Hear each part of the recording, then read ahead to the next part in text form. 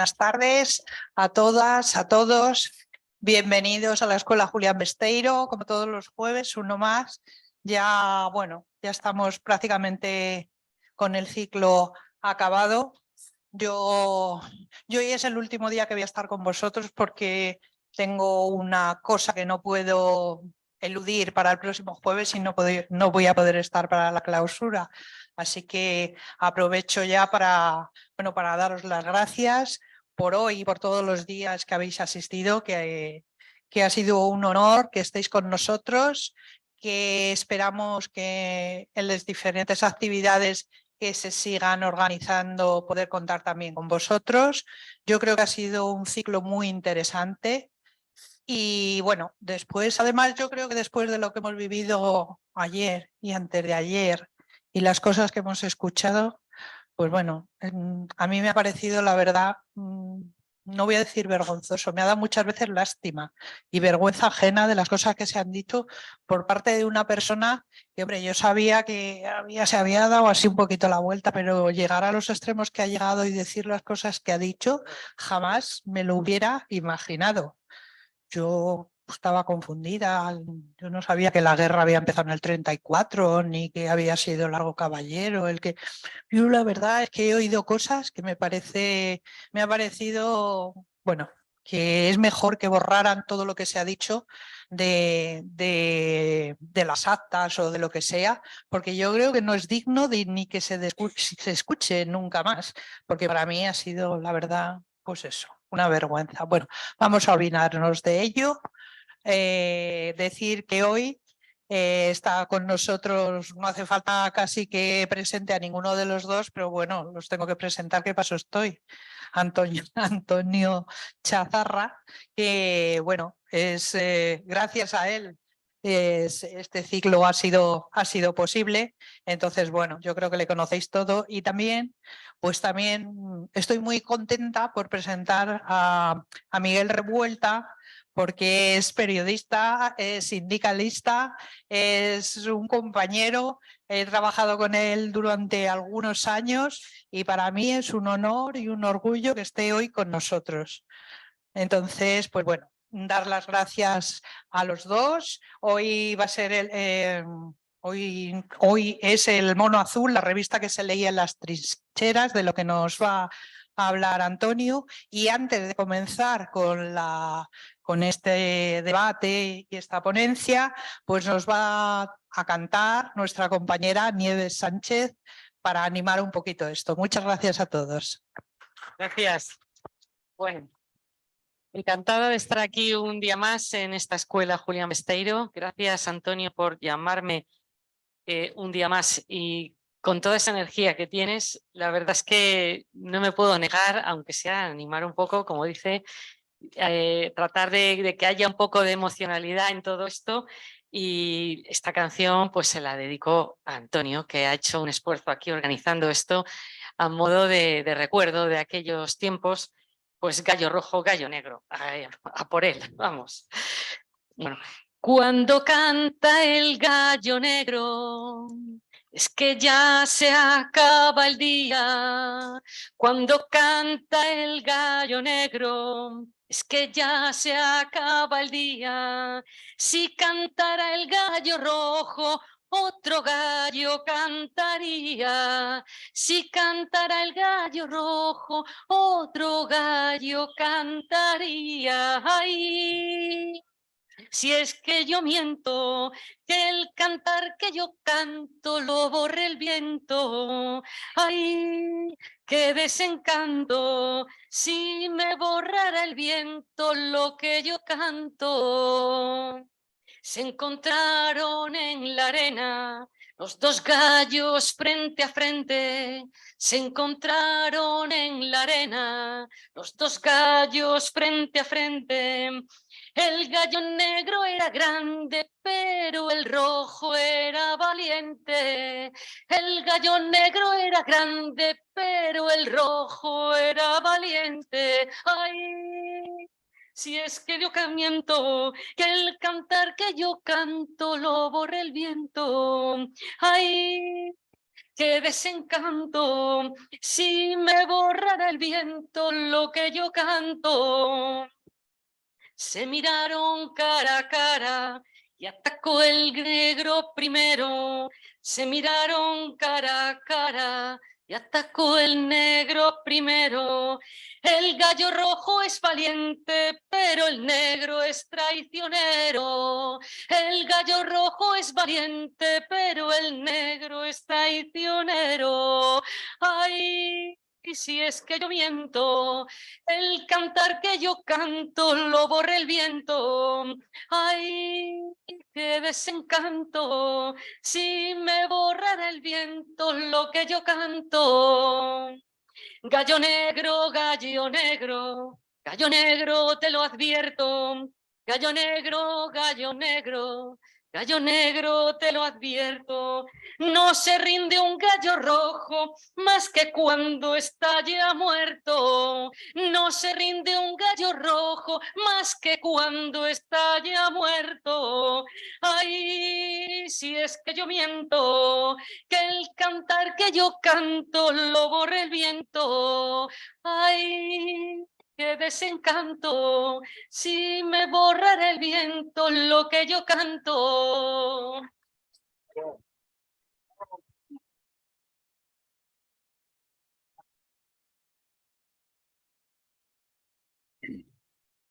Bueno, buenas tardes. Bueno, escuchar a Nieves y esta canción ha sido la mejor contraprogramación a esto de la moción de censura, como ha dicho Isabel, ¿no? La verdad que emociona mucho, la verdad, escuchar esa canción y escucharla en la voz de Nieves, ¿eh? Sí, bueno, pues igual que ha dicho Isabel, pues quiero deciros, es un honor para mí estar aquí en esta mesa y en esta casa por tres motivos principales.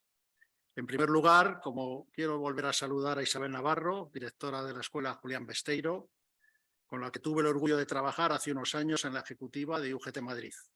Fue un tiempo de mucho trabajo, de muy buena actividad sindical y de un compañerismo excelente, con el que llegué a mi jubilación. Además, mis últimos años de trabajo fueron justamente los que estuve con Isabel.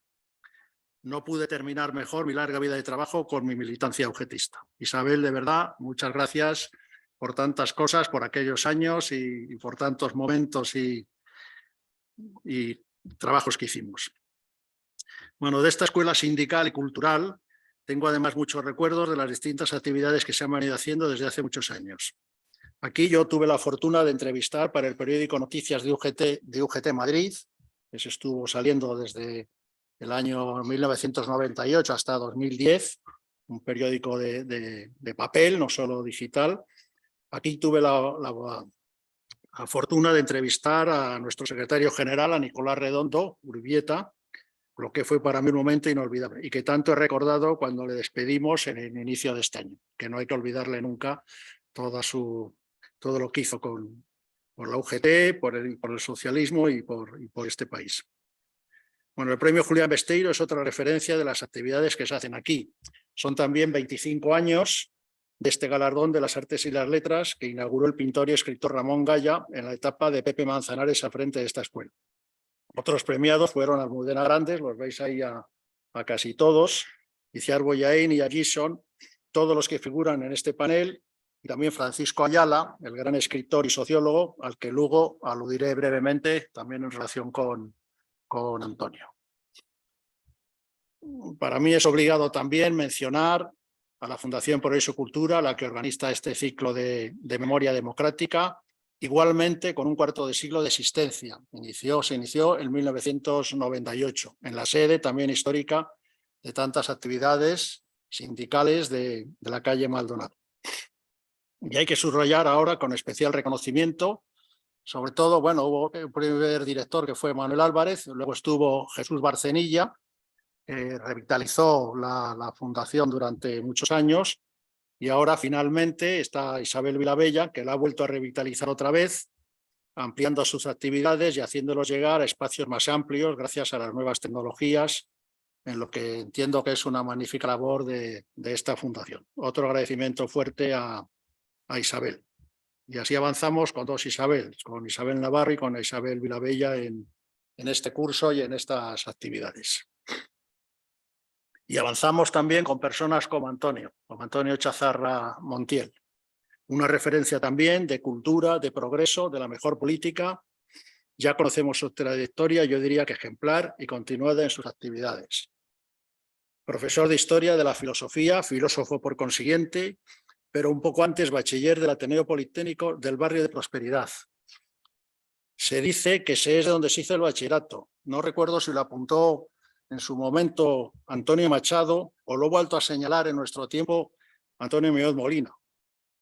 Con lo cual estamos a la altura de Antonio Machado, Antonio Muñoz Molina y Antonio Chazarra. Yo creo que mejores Antonios no hay. Como antes hablaba de las Isabel. Pero creo que es verdad lo que se dice, lo que dijeron, yo creo que Machado y Muñoz Molina, de que se es de donde se hizo el bachillerato. El bachillerato es lo que nos marca. Y en este caso, ser del bachiller de un Ateneo Politécnico de nuestro barrio de Prosperidad, pues marca mucho y bien la vida, supongo, ¿verdad? Sí.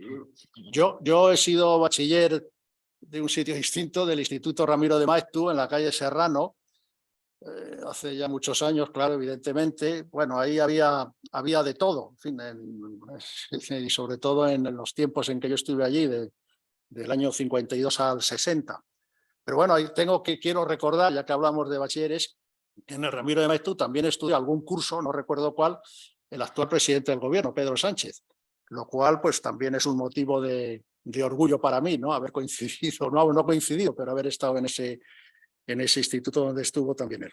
Que por cierto, la moción de censura está muy bien lo que ha dicho Isabel, pero bueno, también hay que alabar la gran intervención de Pedro Sánchez, sus grandes intervenciones, y también de Pachi López. O sea que esa moción de censura es verdad que ha sido muy lamentable, lo de Tamames, lo de Vox, lo de la desaparición de otro partido que dicen que se llama PP, pero también hay que reconocer un poco las intervenciones de la izquierda y sobre todo de Pedro Sánchez, en mi opinión, y de Pachi López y Yolanda Díaz también, que también estuvo bien. Bien, pues volviendo al Ateneo Politécnico, desde ahí, desde el Ateneo Politécnico, era lógico que Antonio Chazarra acabase siendo también un ilustre ateneísta, vicepresidente del Ateneo de Madrid y presidente de la sección de Filosofía. Militante del PSOE y de la UGT desde su juventud en los muy difíciles tiempos de la dictadura. Diputado de la Asamblea de Madrid de 1991 a 2007. Es verdad que yo creo que todos lo conocéis, pero bueno, siempre hay que insistir en ello. E integrante de la corriente de izquierda socialista, con compañeros como Gómez Llorente, Carlos Riaño, García Sánchez Mases. Con un subrayado que además yo creo que define muy bien a Antonio, de izquierdas y socialista. No cabe ninguna duda. Antonio es también, como sabéis, escritor, conferenciante, articulista, organizador de actos y ciclos, y también aquí en la propia Fundación Progreso y Cultura. Yo lo he dicho otras veces, también en otras conferencias que ha dado, que por su amplitud de miras, por sus conocimientos, es un hombre, un compañero, un amigo de estirpe renacentista, de los que abarcan el mundo de la cultura y el mundo del conocimiento.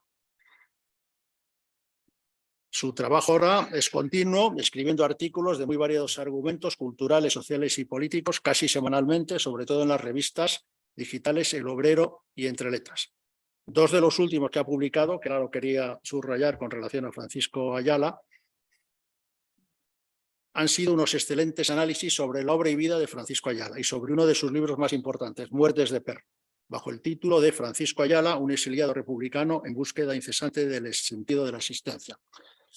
Subrayo sobre todo este artículo publicado últimamente, porque yo también soy un gran admirador de Francisco Ayala.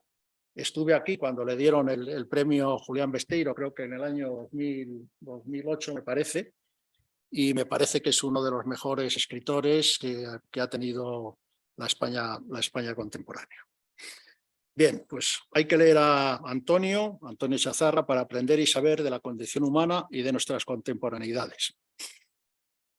Y hay que escuchar a Antonio hoy y siempre para seguir indagando en la memoria democrática, que es el ciclo en el que estamos, que debe ser, como él mismo ha dicho y escrito, una memoria, sí, de hechos históricos, los de la Segunda República, la Guerra Civil, la dictadura con su terrible represión, pero igualmente una memoria cultural, social, económica, una memoria que abarque todo tipo de circunstancias de nuestras vidas y de las vidas de nuestros antepasados. Ahora nos va a hablar del Mono Azul, la revista que se publicó durante la Guerra Civil en las trincheras republicanas y que es necesario recuperar en nuestra mejor memoria colectiva, como tantas otras de las cuestiones que se van abordando en este magnífico y muy necesario ciclo de conferencias que termina el próximo, pero que creo que es un ejemplo de un poco de lo que debía ser la cultura ahora mismo de esta sociedad. Antonio publicó en octubre del año pasado en la revista Entre Letras un extraordinario artículo sobre el mono azul, prólogo de lo que hoy vamos a escuchar. Bien, he mencionado a Antonio Machado, que también publicó en el Mono Azul. Pues en esta línea vamos a escuchar en este momento a otro de nuestros Antonio, al sabio Antonio Chazarra, que ya tiene la palabra en la línea de Antonio Machado también. Nada, muchas gracias.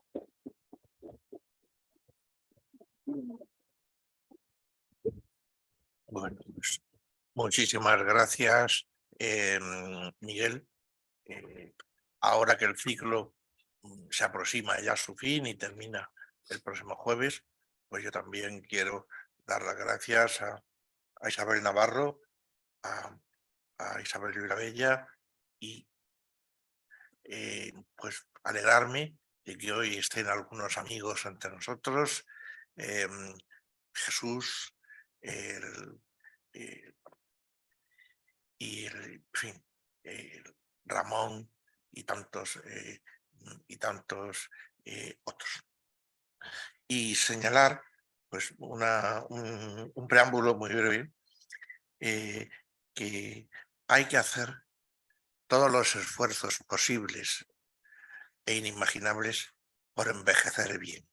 Hemos tenido un ejemplo tan próximo como ayer de qué impresión más deplorable significa un envejecimiento, que en lugar de ser simplemente el aproximarse a los años finales de nuestra vida, sea casi la negación de lo que en otro tiempo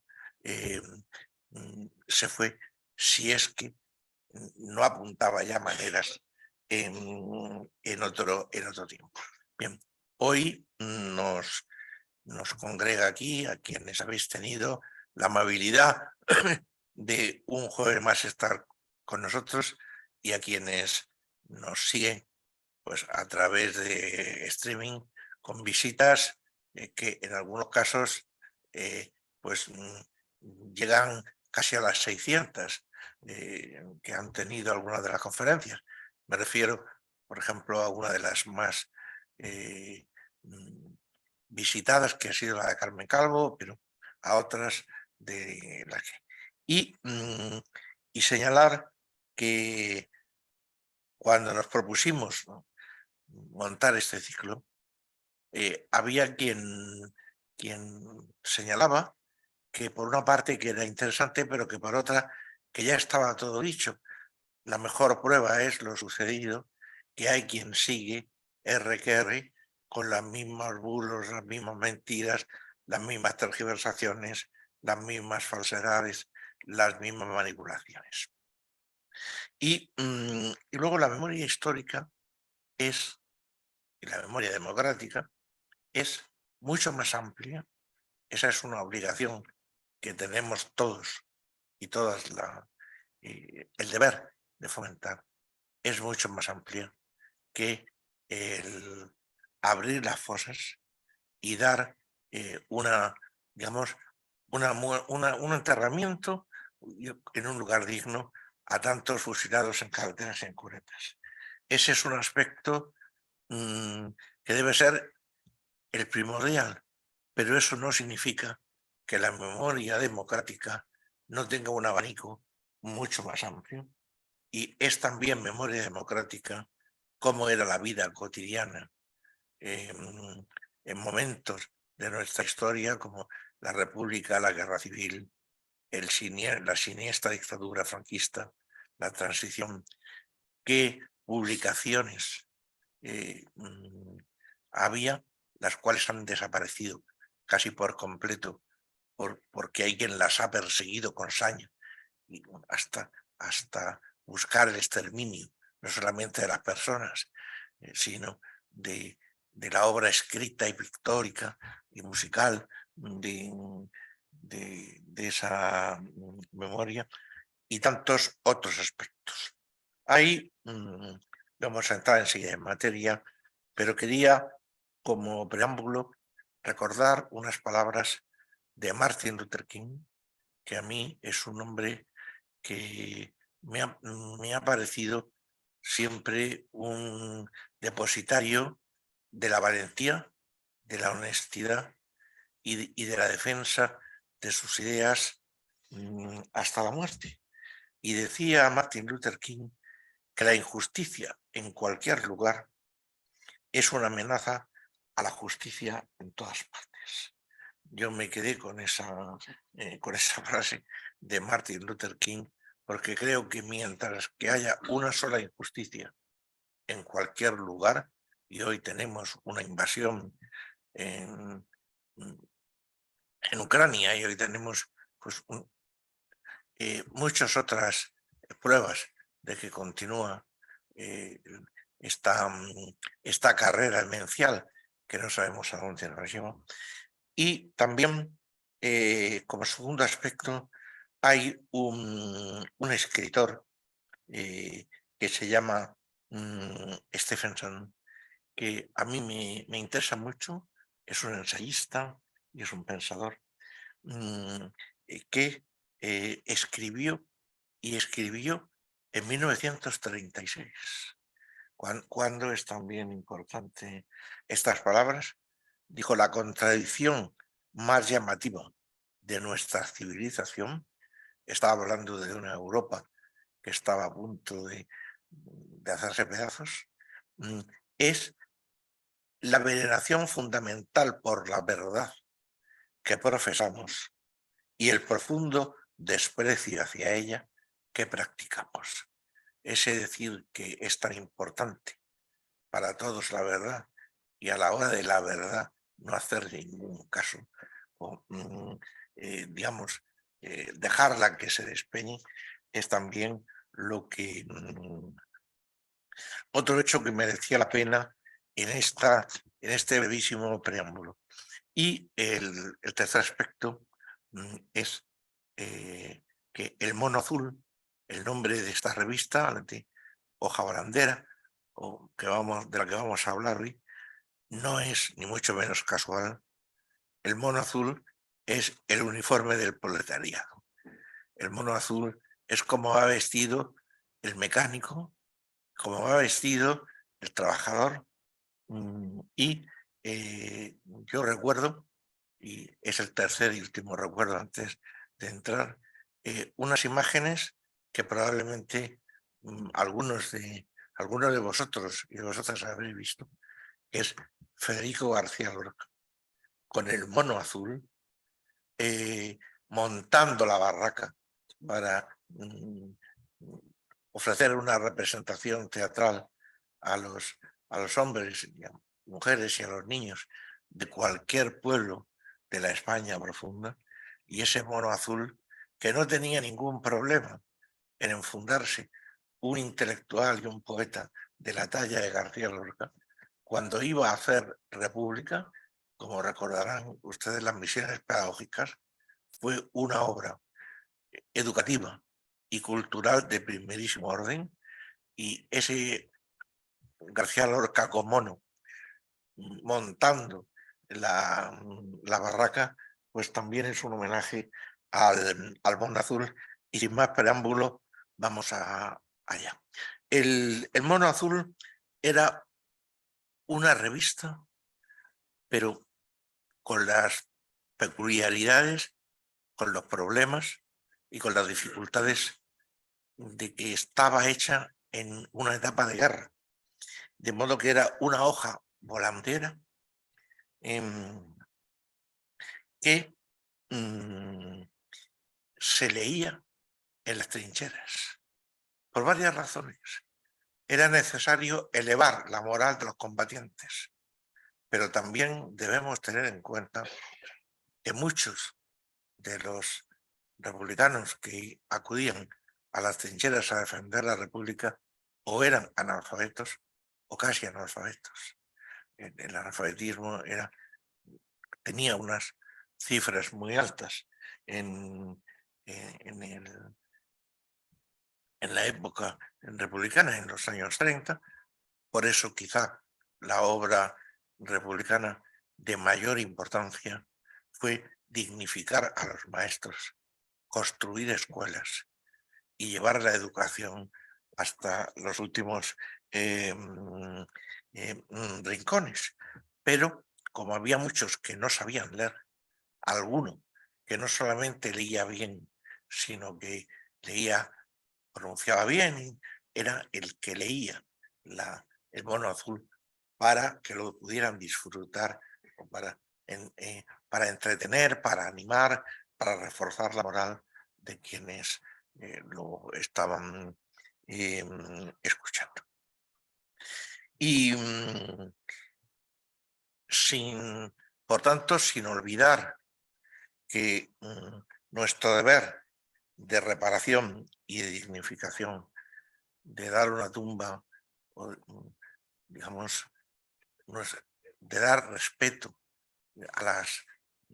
y el derecho a una tumba digna a tantos miles de republicanos y a varios millares y cientos también de republicanas, que la mujer también es una gran olvidada de la represión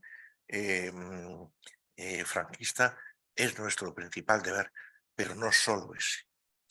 Por eso, en un ciclo como este, hay lugar para tocar también un aspecto, junto a aspectos legislativos y aspectos históricos, hay también para tocar los aspectos culturales.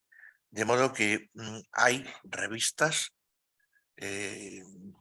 culturales de la época franquista de las que no sabemos absolutamente nada. Por ejemplo, cuántas personas, y aquí hay bastantes de vosotros y de vosotras que habéis leído, pero cuántas personas conocen el mono azul. Pero para eso sirven estas charlas. Pero cuántas personas, cuántos de vosotros conocéis el Buque Rojo, el periódico que hacían los marineros y el personal de la Armada. Casi todos se tiraban en Cartagena, casi todos del Buque Rojo. Y así otras revistas. Entonces, con tiempo, con paciencia, hay que ir recuperando eso. Porque es también memoria histórica. Por ejemplo, las balas que están incrustadas en la puerta de Alcalá y que no cayeron allí por casualidad. Las lanzaban los aviones de la Italia fascista y de la Alemania nazi contra el pueblo de Madrid. Y por eso cuando se repare o cuando digamos que se cubran las deficiencias estructurales que tiene la Puerta de Alcalá, magnífico monumento, pues hay que dejar allí como esas heridas, como esas señales de la aviación italiana o de la aviación mussoliniana y de la aviación alemana. Pero tuvimos aquí una magnífica charla, que a mí por lo menos me interesó muchísimo, de Mar Espinar, sobre la casa de Pedroncelli, donde Robert Capa, el fotógrafo, realizó unas fotografías y esa casa, ya lo explicó ella, por tanto eso forma parte ya de lo acumulado para el ciclo, pero esa casa que gracias a la lucha de los vecinos se ha conservado, porque la memoria democrática también es la memoria de edificios, de lugares donde tuvo lugar la batalla del Jarama, de lugares donde estaba el frente en la casa de campo, de lugares donde ocurrían muchas cosas, y de casas como la Perencelli, la casa de Robert Capa, o la memoria democrática que nos han dejado los autores, los escritores, muchos de los cuales pertenecen al exilio y otros al tristísimo exilio interior, de siendo unos autores de primerísima línea, han permanecido en el olvido, y voy a referir a un hombre que veneré y con el que tuve la oportunidad de charlar varias veces, Juan Eduardo Zúñiga, autor, por ejemplo, de Madrid, capital de la gloria, pero donde lo que Eduardo Zúñiga ha dejado ahí, por cierto, con una de las mejores prosas del siglo XX, es el testimonio de cómo se vivía en el Madrid de los años 30 y de cómo se vivía en la guerra civil. Y para que no digan que somos rojos, aunque para mí no solamente no me molesta, sino que me llame rojo me está haciendo un honor.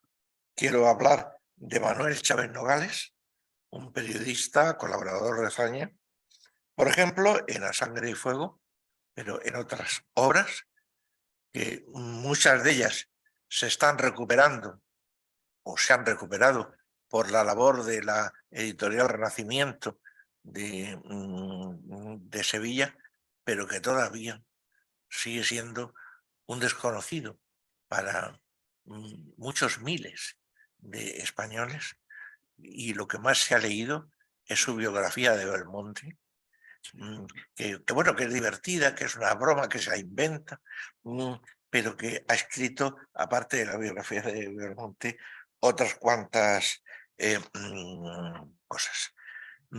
Y la pregunta que hay que hacer, y ya voy, entro directísimamente, es ¿por qué hay muchos miles de personas que no han oído hablar del mono azul? Pues no se preocupen ustedes, o no os preocupéis vosotros, no tenéis la culpa. Por la represión franquista, que fue absolutamente criminal e implacable, los ejemplares eran buscados, destruidos, quemados, se les echaba gasolina y sí, pero no del mono azul solo, de cualquier otro documento o publicación republicana. Hablamos hoy de esta. Y perseguidos para que no quedara ni rastro, y aparte de eso, el tener en casa o el que te cogieran un ejemplar del mono azul podía significar muchos años en las cárceles franquistas y en algún que otro caso el paredón. O sea, en esas condiciones, como comprenderéis, no tenéis ninguna culpa de no conocer el mono azul. Bueno, ¿qué era? Pues era una revista, una hoja volandera, que por cierto, esto para curiosos, empezó teniendo 8 páginas y terminó teniendo 2, porque lo mismo que faltaba el pan, que faltaban balas, que faltaban medicinas, que faltaban vendas, pues también iba escaseando incluso el material con el que se hacían estas revistas. Y ya hemos comentado que se pegaban a veces en las paredes, en los muros, o eran leídas en las trincheras para elevar la moral de los combatientes como acto de propaganda, y como acto de afirmación republicana y para que en sitios donde tan alejados como podía ser París, como podía ser Londres, como podía ser La Haya, como podían ser lugares se tuviera conciencia de que no solamente se resistía, sino que se hacía cultura, cultura bajo las bombas y cultura en esas condiciones. Muy bien. ¿Cuándo nació? Pues esto, y se pusieron a trabajar algunos hombres y mujeres, que ahora daré los nombres, casi días después del golpe de Estado africanista, que como saben ustedes no tuvo lugar en el 34, sino que tuvo lugar en el 36, aunque no el 18 de julio, sino el 17. Pero inmediatamente del golpe se pusieron a trabajar en esa revista. Y el primer número es de agosto del 36. Fíjense, el poco tiempo que había transcurrido desde el golpe de Estado. Y el último número es de finales del 38, cuando ya estaba, bueno, cuando ya el ejército republicano estaba cruzando la frontera y quedaba el golpe final, el golpe de gracia, pero estaba perdido. Bueno, ¿qué periodicidad tenía? Pues irregular, porque con las condiciones, pues no, pero se procuraba que fuera semanal y con alguna frecuencia se conseguía. Si no era semanal, eran 10 días, pero el objetivo era que fuera semanal y una publicación semanal en una ciudad sitiada. Bien. ¿Cuántos números han llegado hasta nosotros? Pues yo creo que todos, tengo duda con uno, pero 47. De modo que están numerados y además disponemos de una edición facsímil de todos los números, pero 47, y se ha hablado de un 48 que nadie lo ha visto, pero bueno, se habla de que pudo haber sido, pero bueno, 47 números. Y constaba de 8 páginas, como era antes la hoja del lunes y lo que se doblaban, de 8 páginas que se fueron reduciendo conforme escaseaba el papel. ¿Y cuál era su contenido? Pues su contenido eran poemas y artículos de resistencia, de defensa de los valores republicanos, y la mayoría de los que escribían poemas lo hacían en romance. Lo que más hay es arte menor, consiguiente romances. Y otro hecho que creo que merece la pena que se destaque es que había romances de autores de primerísima fila y conocidos de la generación de la República, de la generación del 27, junto con poemas de otras personas que nadie sabía quién era. Pues un señor que se llamaba Juan Pérez o Enrique López o Faustino Gómez, de modo que se mezclaban las obras de los poetas y escritores reconocidos con la obra de los combatientes que participaban y que querían, pues, ofrecer su poema y su testimonio de la República. Bien, y en ocasiones esto a mí me produce verdadera emoción. En ocasiones traía dentro un cartel doblado y ese cartel podía sacarse de la revista y con engrudo o pegarse en el... Bueno, y era, pararemos al fascismo, no pasará, Madrid, para que los muros se llenaran de estos carteles que habían tenido su nacimiento en la revista y que iban a parar a los murales. Bueno, tenía indudablemente un valor testimonial, tenía un valor simbólico y un ejemplo de que también en la guerra se hace cultura. Hay que disparar, hay que defenderse de los ataques, pero la vida tiene que seguir, hay que seguir haciendo cultura. Y también para que en otros lugares de España, donde el golpe de Estado no había triunfado, se conociera que se resistía y que en el extranjero, donde por ejemplo todos esos países de donde procedían los voluntarios de las brigadas internacionales, por ejemplo, pues supieran, bueno, pues polacos, austriacos, franceses, noruegos, suecos, holandeses, supieran que se estaba resistiendo.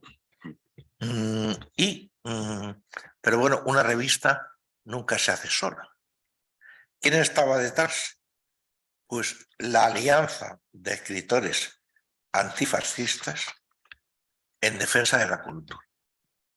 Y me dirán ustedes, la alianza de escritores antifascistas en defensa de la cultura no era principalmente comunista. Y hubo muchos comunistas, pero les sorprendería el gran número de socialistas, de ugetistas y de republicanos que había en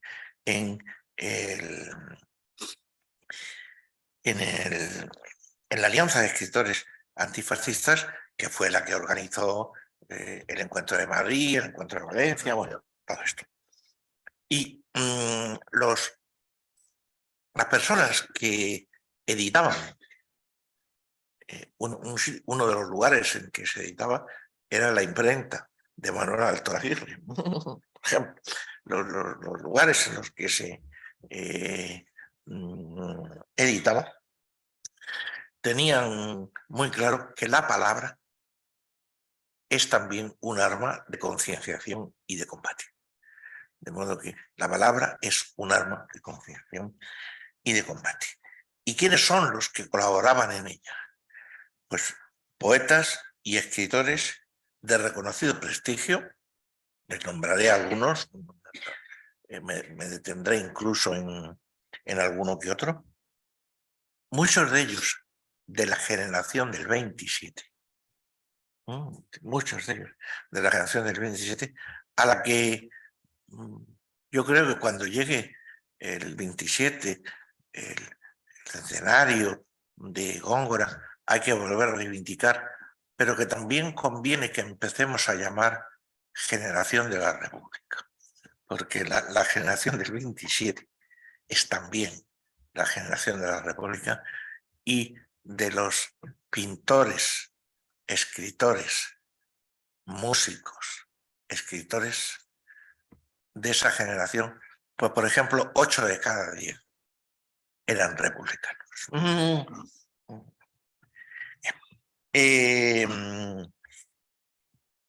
Y también pues todo el mundo que quería colaborar en esa publicación. Bueno, ¿quién la dirigía? Pues esto tampoco es muy conocido, pero yo creo que hay que hacerlo. La dirigía Rafael Alberti, y Rafael Alberti tenía dotes, y Rafael Alberti se ofreció para dirigir la publicación, y María Teresa de León, que era una auténtica fuerza de la naturaleza, una mujer con una energía inmensa. Trabajó también, se dejó la piel en el mono azul. Y entre los poetas, entre los que colaboraban, no va a ser esto una retahíla, pero quiero que, por ejemplo, recordar a Antonio Machado, que al menos en 2 números del Mono Azul dejó escritos. Miguel Hernández, el Miguel Hernández que ya había culminado su proceso de concienciación, Manuel Altola Aguirre,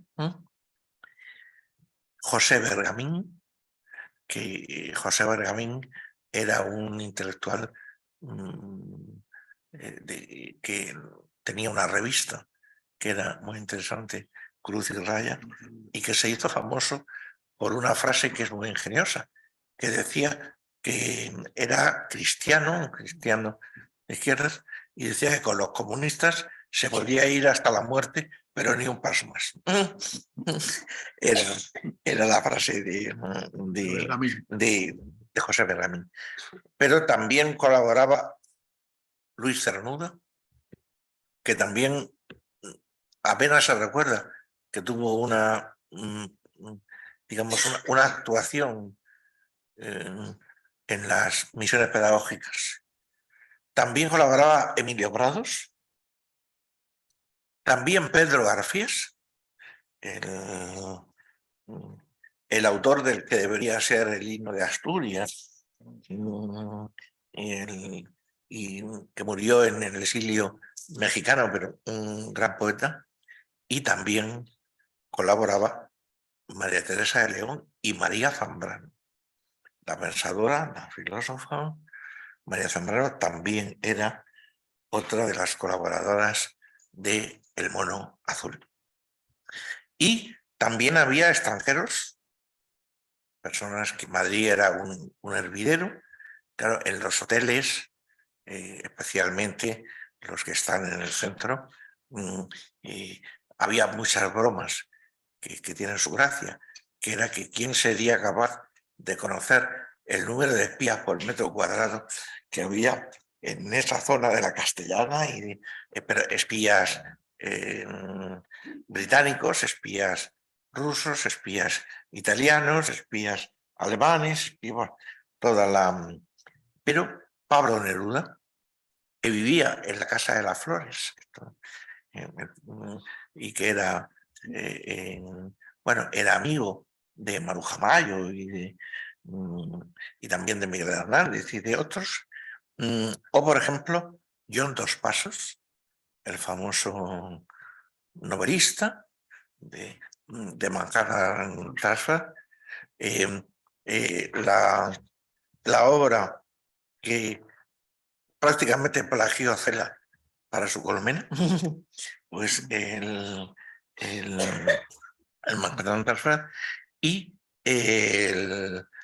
John Dos Passos tenía un amigo.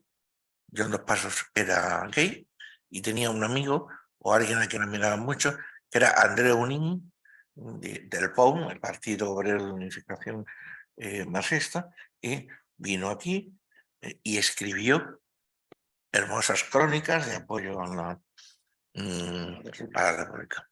Y otros intelectuales europeos y americanos que apoyaban con su palabra y con sus actos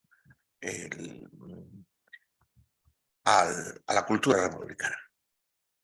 Y era importante para ellos, muy importante, lo que era la batalla por la opinión pública internacional.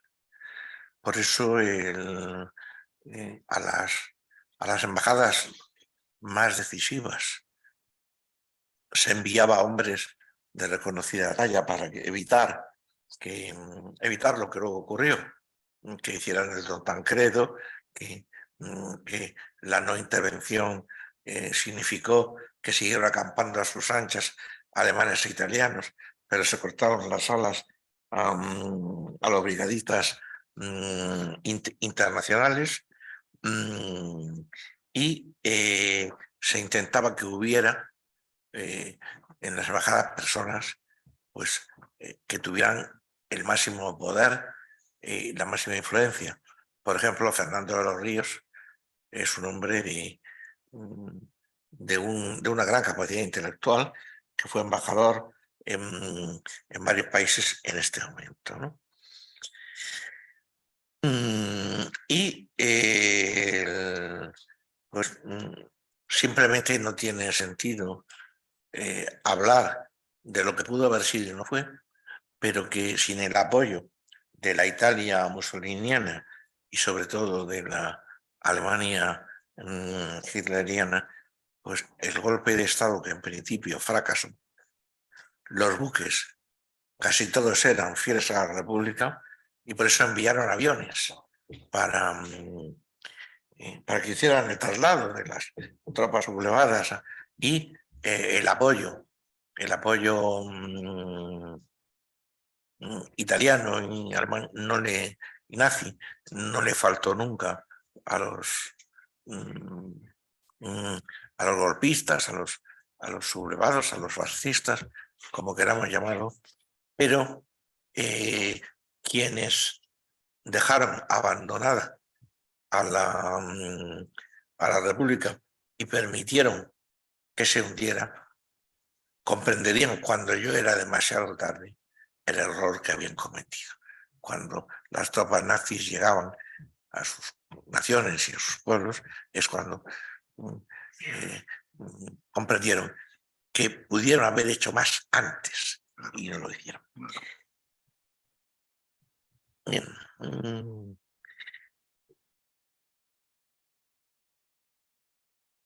¿Por qué o cómo ha llegado hasta nosotros el mono azul? Es interesante. Porque es de justicia señalar que algunos exiliados, entre lo que lograron pues, rescatar en las maletas apresuradas o en las cajas, algunos ejemplares, y también los estudiosos, los hispanistas, que publicaron algo sobre lo que había aparecido, pero especialmente vuelve a ser importante la labor de Alberti, que Alberti tenía la colección completa y publicó en su exilio argentino. Alberti tuvo varios exilios latinoamericanos y luego finalmente Roma era un lugar donde acudían los exiliados, los españoles en Roma, en la Vía Garibaldi, en el Trastevere. Tenía su domicilio Alberti y gracias a él pues se ha podido conservar una colección completa.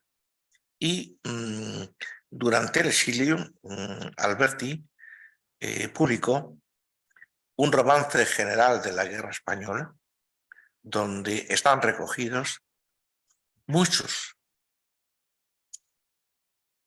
si no casi todos, pero una muy numerosa colección de poemas aparecidos en el mono azul. Y en 1975, cuando el dictador pues, pasó a mejor vida, vio la luz una edición de los 47 números de la revista que se conserva, una edición facsímil. Y esta edición ha permitido conocer cómo era esta publicación y, pues, entre otras cosas, ha permitido que hoy, esta tarde, estemos hablando aquí de esto, ¿no? Y habría que decir que el gobierno de España, que ha sido el que ha publicado o ha elaborado y publicado la Ley de Memoria Histórica, debería recuperar, sería interesante que recuperara la edición facsímil y que hiciera una tirada a un precio asequible para que quien no conoce todavía esta iniciativa tenga la oportunidad de adquirirla, pues, y no a los, pues no sé, 350, a la que hay algún número que todavía se conserva, hacer una edición a un precio razonable. Y antes de hacer una reflexión final, quiero señalar otros aspectos interesantes de la cultura republicana en tiempos de guerra, porque son emocionantes y porque merece la pena. Hay un libro que yo me gustaría que convencer a alguien para que lo leyera, que es un libro de María Teresa León, que se llama Memorias de la Melancolía. No es inferior a La Arboleda Perdida de Alberti, es complementario. Es la visión de una pareja de intelectuales republicanos, aparte de que ya que estamos entre compañeros, pues hay que decir y decir con claridad que María Teresa de León se portó con Alberti mejor que Alberti con ella. Pero vale con decirlo aquí. Bueno, pues independientemente de cuanto venimos diciendo, se crea también el teatro de arte y propaganda. Un teatro que se va a llamar Teatro de Arte y Propaganda. Y se nombraría directora a María Teresa de León. Y para que vean ustedes o veáis vosotros la importancia que la República daba a la cultura, les entregan como un lugar para representar sus obras el Teatro de la Zarzuela. De modo que no les montan un teatrillo, pero no, le dan el Teatro de la Zarzuela para que sea la sede del Teatro de Arte y Propaganda. Y tiene una programación, porque eso de que hay que hablar en necio al pueblo y que fomentar a mí una frase que me parece magnífica, quizá una de las mejores de María Teresa de León. Por ejemplo, ¿qué hacían los sublevados? Pues llevaban a las cupletistas a tablaos en las trincheras, pues objeto de todas las barbaridades, y decía María Teresa de León que yo creo que eso había que esculpirlo. ¿Y qué hacemos nosotros? Dice, llevamos a Shakespeare a las trincheras. Frente a los números de cantando los cuplés y la Chelito buscándose la pulga y todas estas cosas, pues ¿y qué hacemos nosotros? Llevamos a Shakespeare a las trincheras. Bueno, pues la programación del Teatro de la Zarzuela fue una programación de calidad. García Lorca, por ejemplo, estrenó ahí obras. César María Arconada, que es un novelista y un dramaturgo muy interesante. Valle Inclán, Dieste, que es otro dramaturgo y otro poeta y otro ensayista, Rafael Dieste. Rafael Dieste.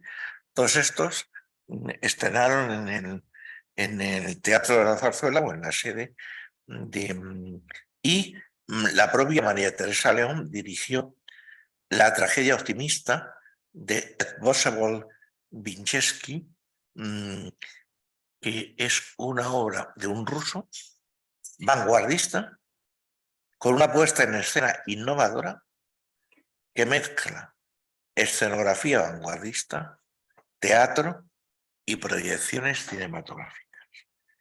Esta obra, una de las más vanguardistas que se hizo así. Y también merece la pena rápidamente citar Las guerrillas del teatro, que fue una compañía ambulante heredera de La Barraca, de García Lorca, y heredera de las misiones pedagógicas, que iba también por los pueblos representando obras. Bien, pues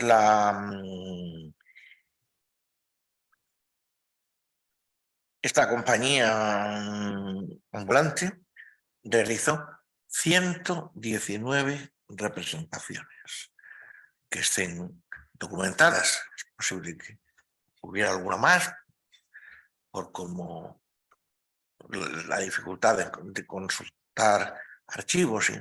Bien. Y se representó, por ejemplo, que luego sí que se intentó poner y ya no es lo mismo, porque todo tenía su significado simbólico. Una obra, La destrucción de Numancia, hecha una adaptación que realizó Alberti de la Numancia de Cervantes. Entonces teníamos a Cervantes y Alberti, y Numancia era la República, y los romanos, pues eran los romanos también, y además alemanes, pero los romanos también eran romanos. Y yo creo que el compromiso de la cultura tampoco es cuestión de exagerar más. Y pues decir, para ir cerrando, porque creo que habrá ocasión me gustaría contar muchas más cosas, pero guardamos para el coloquio las preguntas que tengáis. Y de modo que la memoria democrática se puede abordar de muchas formas. ¿No? Legislativas, claro. Digamos, programáticas, de cosas que hay que hacer. Claro, exhumación de fosas, claro, pero también culturales, sociales, arquitectónicas, la mujer y la memoria democrática, y una serie de aspectos donde se abra un abanico mucho más completo y mucho menos parcial que centrado en un solo aspecto, por importante que sea. Y claro, las revistas, los periódicos, los libros que se editaron durante la Guerra Civil y que sí me voy a detener un momento. Hay una revista que únicamente conocen o han trabajado bien los intelectuales, que se llama Hora de España. Hora de España se editaba en Valencia y esta era una revista con mejor papel y que cuidaba mucho más el sentido de las colaboraciones. En Hora de España pues, estaba Machado, estaba María Zambrano, estaba Vicente Aleixandre, pero la Hora de España también se ha recuperado lo que fue, otro día se puede hablar de la Hora de España, y de la Hora de España sí hay ediciones facsímiles y está más estudiado. También forma parte de la memoria democrática y habrá quien no lo quiera ver, pero eso no significa que no formen parte de la memoria democrática. Las brigadas internacionales. Las brigadas internacionales son memoria democrática. y es memoria democrática, la agonía y la muerte en las cárceles de la dictadura, o las condiciones no tercermundistas, sino mucho peores, a las que se vio condenada la mujer durante la larga noche de 40 años de la dictadura. También es memoria democrática y también hay que reivindicarla como tal. De modo que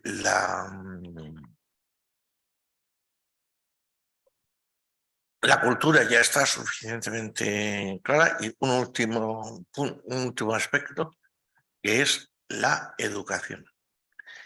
La gran labor de la República fue la construcción de escuelas, la dignificación de los maestros, la coeducación, preocuparse por el nivel de instrucción pública. Y es sabido, pero nunca está de más recordar, que el colectivo que sufrió con más dureza la represión fueron los maestros y las maestras. Sobre ellos cayó como con una fuerza destructiva indudable. Por ejemplo, Josefina Aldecoa, en la trilogía, en la historia de una maestra, pero muchísimas obras, queda esto pendiente. Un documental que ha hecho la casa donde estamos, el sindicato, las maestras de la República. ¿Se acuerdan ustedes Sí, muy bueno. de este documental? Que bueno, entre otras cosas así, sin apenas importancia, ganó un Goya, ¿no? Una cosa así. Pero bueno, esa dignificación de la figura de las maestras, por ejemplo, las primeras mujeres que alcanzaron que fueron diputadas en la República, comprueben ustedes cuántas fueron maestras. Naturalmente había, digamos, políticas, como puede ser el caso de Margarita Nelken, pero y algunas que han tenido calles, entre otras cosas porque los franquistas no sabían quiénes eran, y cuando veían, como no sabían quiénes eran, no cambiaba la calle. Pero, por ejemplo, hay que recordar a Justa Frey y a otras, y como el sindicato Comisiones Obreras no nació hasta los años 60, todas las maestras y todas las sindicalistas eran de UGT. Y prácticamente, bueno, y todas también del Partido Socialista, aunque cuando las Juventudes Unificadas se separaron, algunas pasaron al PCOE, que es como se llamaba el primer partido comunista, y luego del PCOE al PC.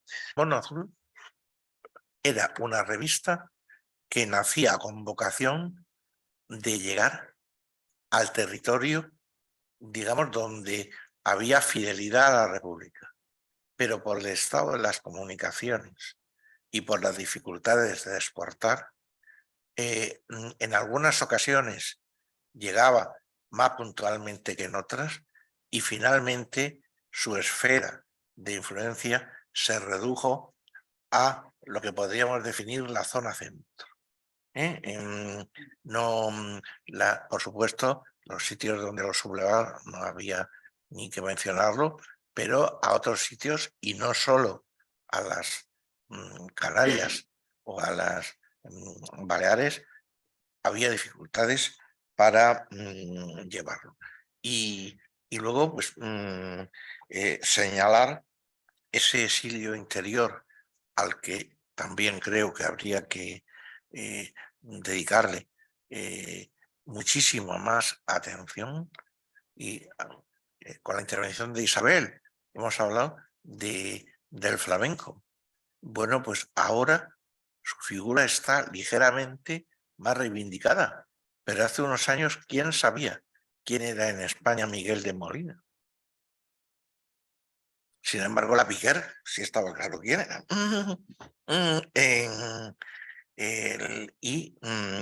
Y otros aspectos, como ese poeta canario, o uno de los grandes que cuando regresó a España tras la muerte del dictador en la Comunidad Valenciana, que es Gil Albert, era un desconocido incluso para los estudiantes de filología. Y luego pues la represión, que es lo que menos se entiende, ha señalado que apenas hubo, pues no sé, 10 o 12, pero es que donde no hubo ninguna lucha, porque la resistencia fue mínima, la represión no fue menos feroz.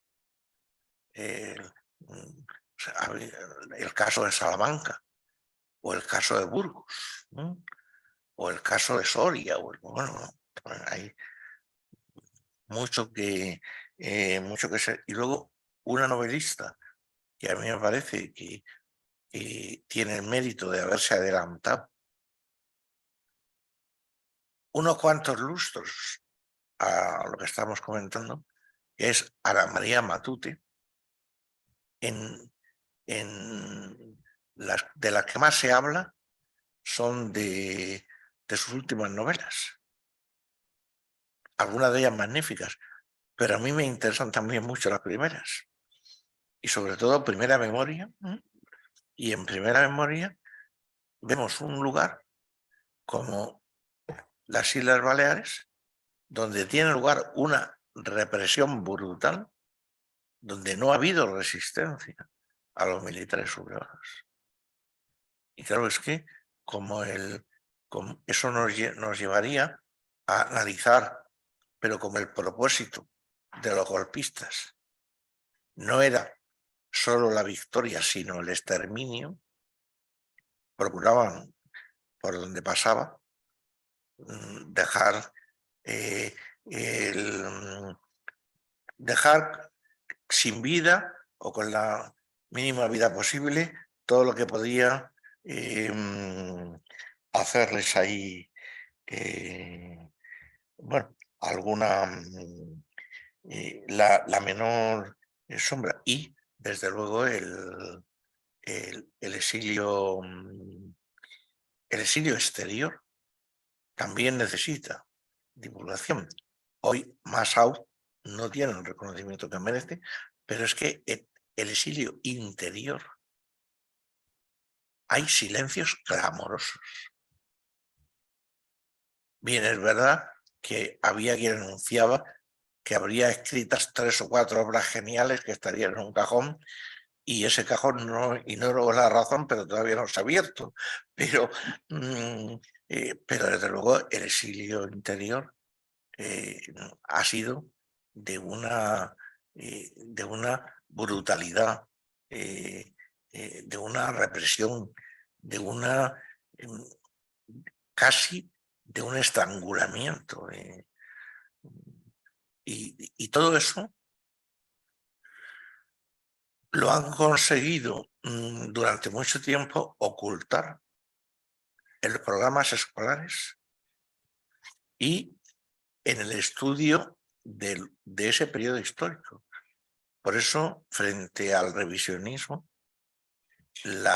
sin duda, aquí yo tengo muchas más dudas que César Parquino, que frente al revisionismo, la mejor respuesta es, primera, una información veraz, y segundo, salir al paso de todos y cada uno de los bulos con una información que se ajuste absolutamente a los hechos. Porque los hechos no tienen, son inequívocos. Lo que claro que es posible es la interpretación de esos hechos, donde podrá observarse, pero los hechos no se interpretan. La guerra civil no empezó en el 34, los hechos no se interpretan. Se pueden ver, observar, analizar desde distintas parámetros. Y lo peor es no tener a un grupo de personas que trabajen o que colaboren en medios de comunicación, que estén en la universidad, que estén en las enseñanzas medias, dispuestos a salir al paso de cada infamia, cada bulo, cada mentira y cada fake news que, digamos, con las que diariamente nos obsequian. Hay que despedir con un aplauso al gigante, como ha dicho el compañero Antonio Chaffer.